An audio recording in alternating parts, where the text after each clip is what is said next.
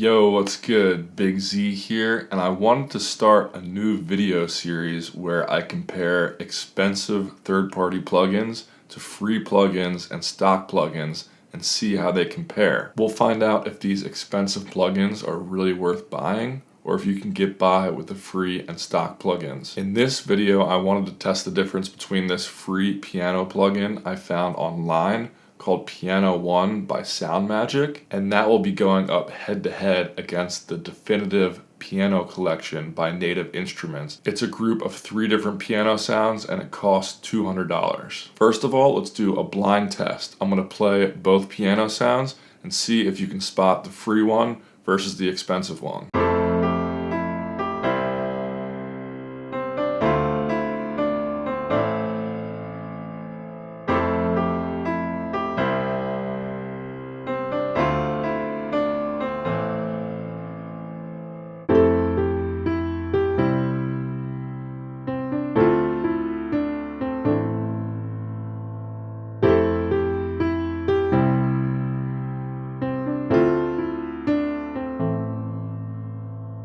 By the way, I didn't use any processing on either piano sound.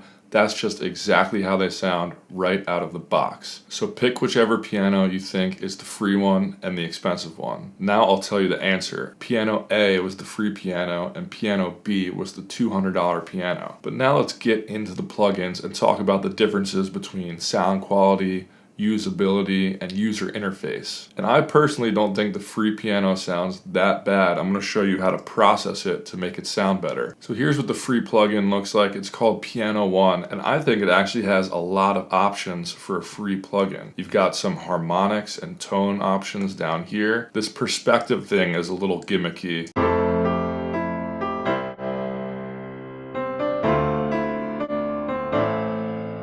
It basically just stereo widens the sound when you put it in audience mode versus player mode. But then you can control the sample noises of the pedal and the strings of the piano. And there's also some presets where you can change the style of the piano.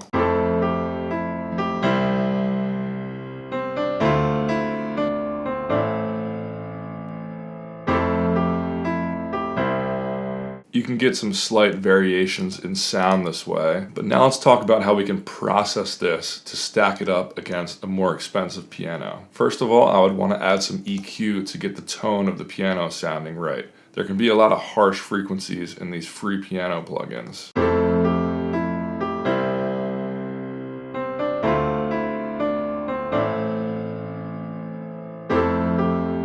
Especially around this 1000 hertz range.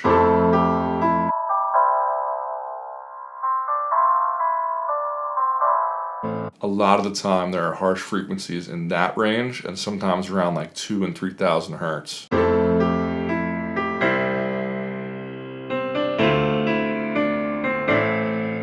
So that's why I've reduced those certain frequencies there. So after the tone is sitting a little better in the mix, I've added some compression on there.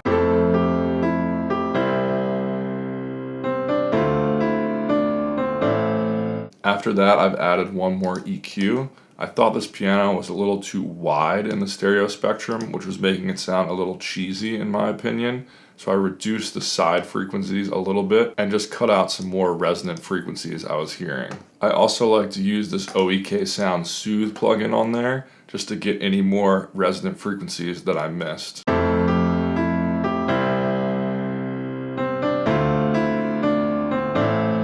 Then we can add some delay and external reverb just to put it in a space. So before the processing,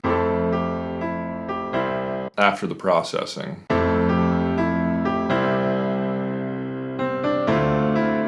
So the processing does make it sound a lot better, but I realize it's very ironic to use a bunch of expensive external plugins to make a free plugin sound better. So let's compare that to what you get for $200 with this Native Instruments piano suite. So in this one you have 3 pianos to choose from: the Maverick,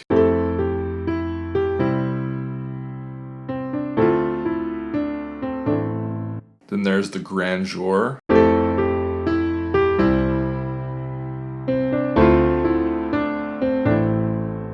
and then the Gentleman.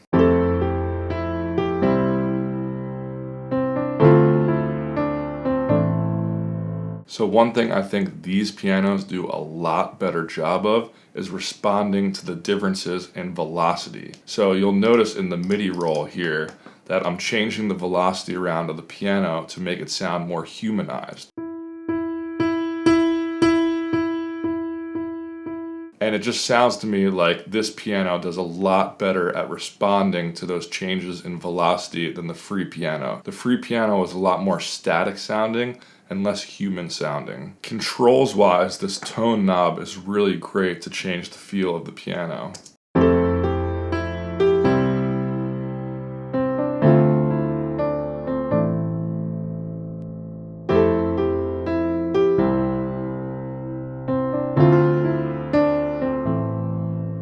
And then similar to the other piano, there's a place to adjust the tone of the piano, the bass, the body, and the air.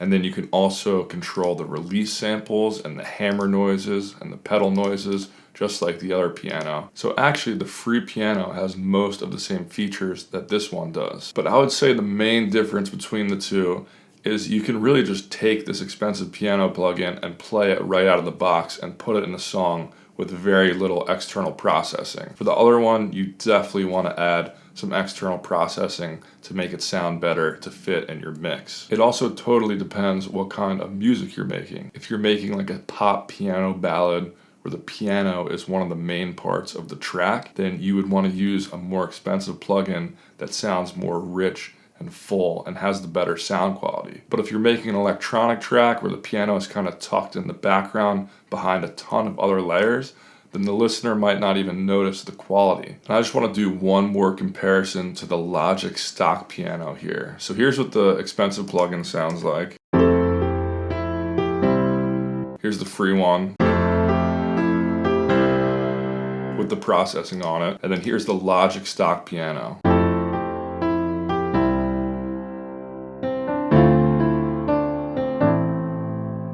That Logic stock piano actually sounds really good to me. It sounds almost as good as the expensive piano. So definitely look in your DAW and see what stock plugins are there that you didn't know existed before you go out and buy expensive plugins. Anyway, let me know down below if you want to see me compare some more expensive plugins to free ones to see how they stack up. Thank you guys for watching, and I'll catch you next time. Peace.